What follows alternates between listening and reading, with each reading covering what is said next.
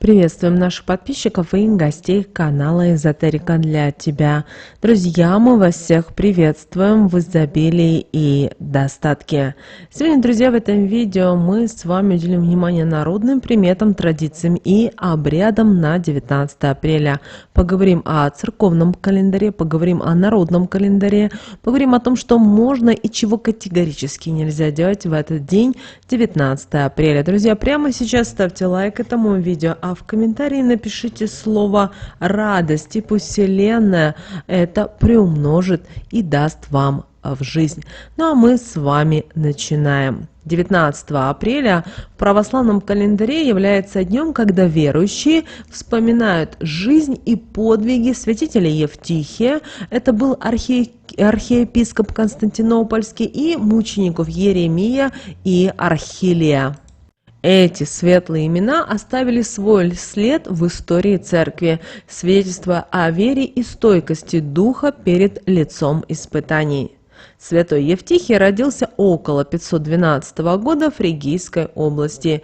Его родители, живущие скромно и в благочестии, дарили младенцу любовь и веру. В детстве его воспитывал дядя, священник. Именно от него Евтихий получил первые уроки веры. С тем, как он рос, юноша был послан в Константинополь для обучения. Там он преуспел в науках и принял решение посвятить свою жизнь Богу.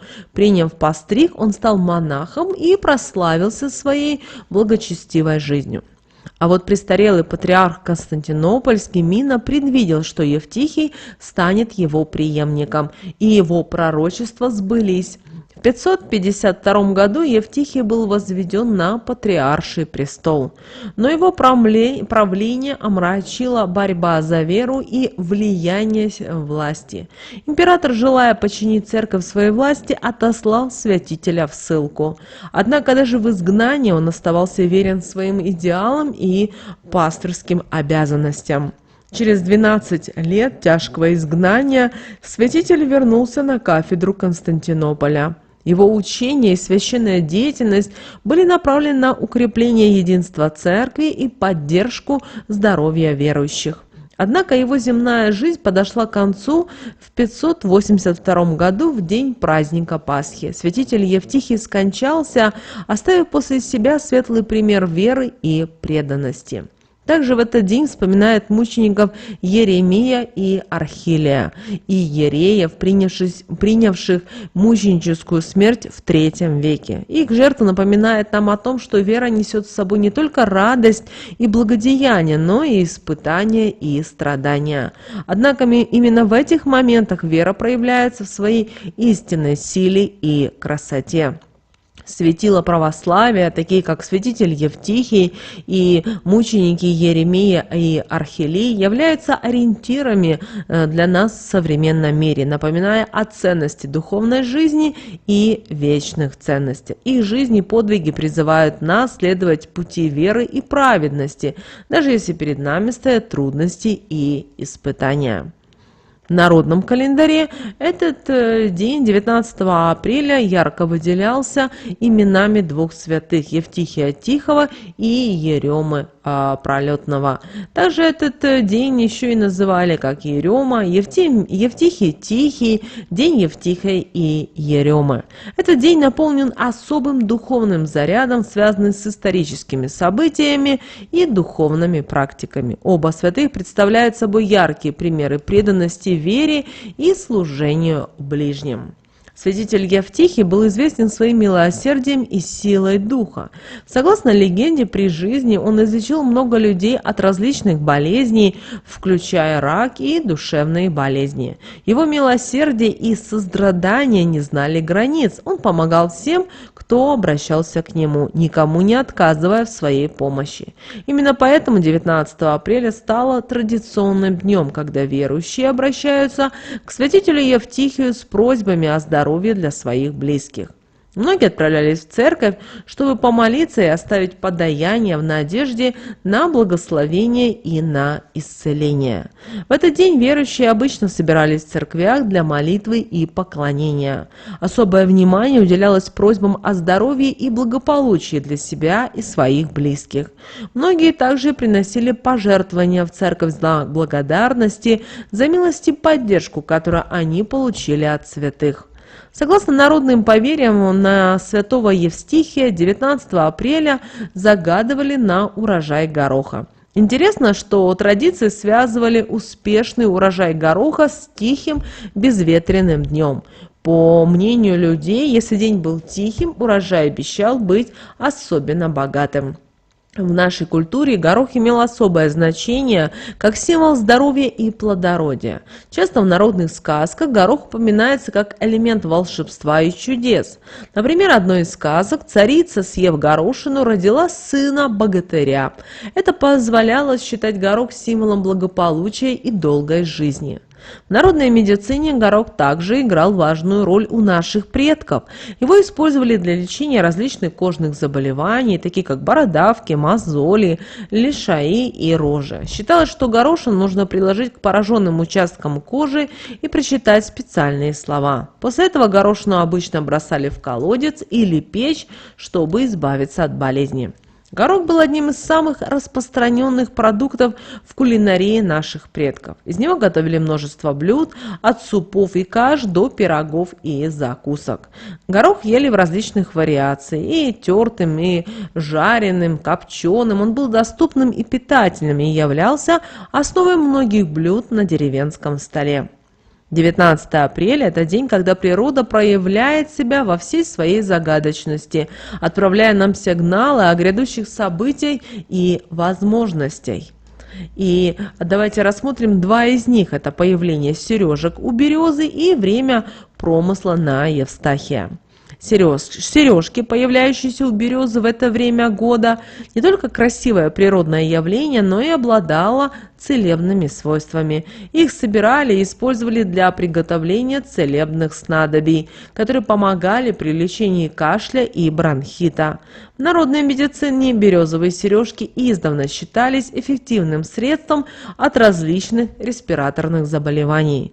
Кроме того, сережки у березы символизировали начало новой жизни и возрождение природы после зимнего сна. Их появление свидетельствует о приближении весеннего периода и напоминало нам о цикличности жизни и красоте ее непрерывного обновления.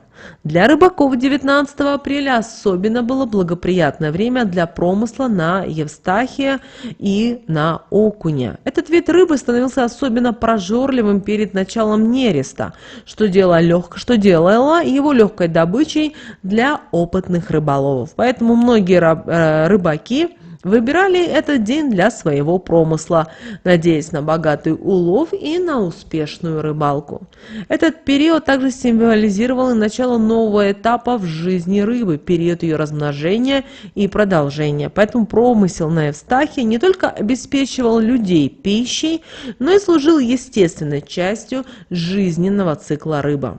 Как вы знаете, каждый день несет в себе свои тайны и обычаи, а 19 апреля – это время, когда природа и традиции взаимодействуют в особенном симбиозе.